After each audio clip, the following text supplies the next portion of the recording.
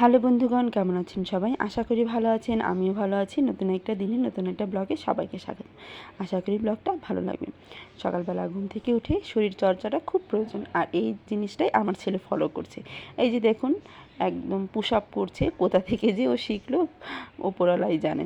যাই হোক, ওর push up দেওয়া শেষ হয়ে গেছে, আর আমি এদিকে চলে আসলাম রান্নাঘরে।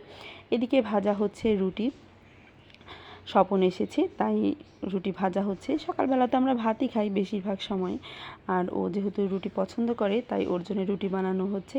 মার রুটি অলরেডি বানানো হয়ে গেছে, আর কয়েকটা রুটি আছে, সেটিগুলোই ভেজে নিচ্ছি আর কি। এই যে দেখুন, চুলার মধ্যে একটি দেওয়া আছে, এটাকে এপিঠ থেকে ওপিঠ করে নিয়েছে। আর এটার সাথে কি খাওয়া হবে রুটির সাথে, সেটাও মা আগেই ব্যবস্থা করে রেখে নিয়েছে। মা এর জন্যে কয়েকটু সেমাই রান্না করে নিয়েছে দুধ দিয়ে।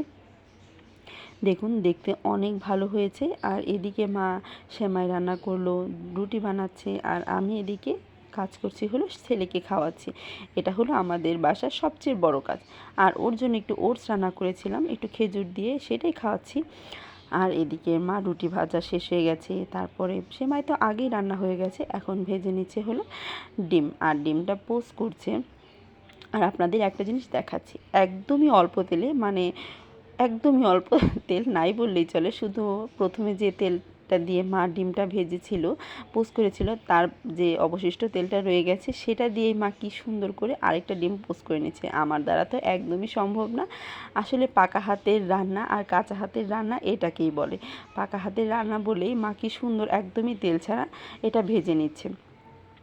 এদিকে ভাজা শেষ হয়ে গেছে, সবার জন্য খাবার দাবার বেড়ে দিয়েছে। এই যে দেখুন, যার যার পাতে ডিম দেওয়া হয়ে গেছে, রুটি দেওয়া হয়ে গেছে, আর সেমাই তো আছেই, সেটা দিয়ে এখন আমরা নাস্তাটা করে নেব।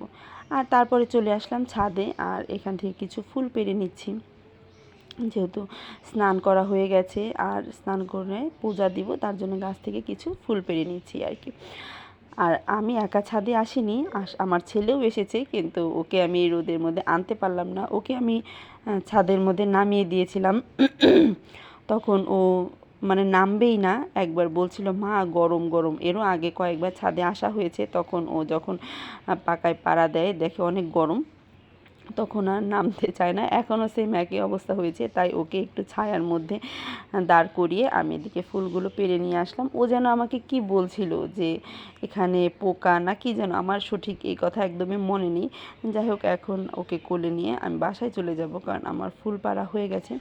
আর আমার আজকের দুপুরের রান্না ছিল, এই যে মা দেখুন রান্না বান্না করে নিয়েছে। এখানে তেলাপিয়া মাছ দিয়ে আলু টমেটো দিয়ে একটা ঝোল রান্না করেছে। তারপরে আমার খুব পছন্দের, খুবই খুবই খুবই পছন্দের মাছের ডাল রান্না করেছে। এটা রুই মাছের মাথা দিয়ে, কিন্তু এটা যদি ইলিশ মাছের মাথা দিয়ে রান্না হলো বেশি ভালো হতো। ইলিশ মাছ ঘরে নেই, যার ফলে রুই মাছের মাথা দিয়ে রান্না করেছে। আর এদিকে রান্না করেছে হলো করলা ভাজা। এই ছিল আজকের আমাদের খাবার দাবার। আর বেশ ভালোই লাগবে এগুলো খেতে, তবে মাছের ডালটা যদি ইলিশ মাছ দিয়ে হতো তাহলে বেশি ভালো হতো আর কি। এই যে দেখুন, এখন আমরা সবাই বসে গেছি একসাথে খাওয়া দাওয়া করার জন্য। আমরা সবাই মানে ঘরের মধ্যে যারা যারা আছে সবাই মিলে আর কি। আর এই গরমের মধ্যে করলা ভাজিটা কিন্তু খারাপ লাগে না, বেশ ভালোই লাগে। যদিও আমার খেতে তিতো বলে খেতে আমার ভালো লাগে না, তবে আজকে খারাপ লাগছিল না, ভালোই লাগছিল। আর এই যে করলা দিয়ে খাওয়া হয়ে গেছে, এখন খেয়ে নিচ্ছি হলো মাছের তরকারিটা। এটাও কিন্তু খেতে বেশ হয়েছিল। দুইটা রান্নাই খাওয়া মানে খুবই, তিনটা রান্নাই খুবই ভালো হয়েছিল আর কি। আর এখন বিকেলের সন্ধ্যার পরে রাতের বেলা একটু এই যে আমগুলো অনেক দিন হয়েছে, প্রায় 3-4 দিন হয়ে গেছে এনেছি, আর এটাকে আমি দেখছিলাম যে কোনটা ভালো আছে আর কোনটা খারাপ আছে, তাই এখান থেকে দুটো নিয়ে নিলাম। আর এর মধ্যে একটা যে দেখুন অর্ধেকটা না, অল্প একটু নেই আমের, সেই কাজটা করেছে হলো আমার ছেলে। ও এখান থেকে কামড় দিয়ে নিয়ে খেয়েছে, খেয়ে নিয়ে রেখে দিয়েছে। আর এখন আমগুলোকে আমি খুব ভালোভাবে ধুয়ে নিচ্ছি, কারণ যেহেতু নিচে আর আমার ছেলে কামড় দিয়ে রেখে দিয়েছে, তার জন্য এটাকে খুব ভালোভাবে ধুয়ে এখন এটাকে আমি কাটবো আর কি। এই যে দেখুন, বেশ অনেকবার 3-4 বার এটাকে আমি ধুয়ে নিয়েছি। এখন এটাকে কেটে নেব আর কি। এই যে দেখুন, আমার কাটাও হয়ে গেছে, আর আমটা বেশ কয়েকদিন থাকার কারণে আমটা পেকেও গেছে, আর একটার আমের মধ্যে একটু আটি আটি হয়েও গেছে। একটু শক্ত শক্ত হয়ে গেছে। আর দেখুন পাকা পাকা ভাব। এটা খেতে মানে যেরকম চেয়েছিলাম একদম কাঁচা সেভাবে খাওয়া সম্ভব না।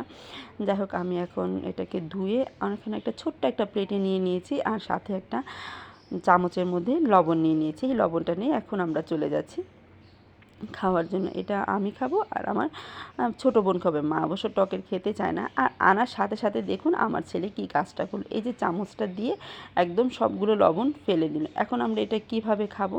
আমার তো দেখে হাসি পাচ্ছিল, সবাই হাসছিলাম যে যাই করা হোক না কেন ওর হাত এটাকে দিতেই হবে, ওর মানে না দিলে ওর একদম ভালো লাগবে না। এখান থেকে এগুলো আমি আবার নিয়ে গেলাম, নিয়ে তারপরে আমি এগুলোকে খুব ভালোভাবে ধুয়ে আবার নিয়ে যাচ্ছি, কারণ যে লবণে পোড়া হয়ে গেছে খাওয়া সম্ভব না।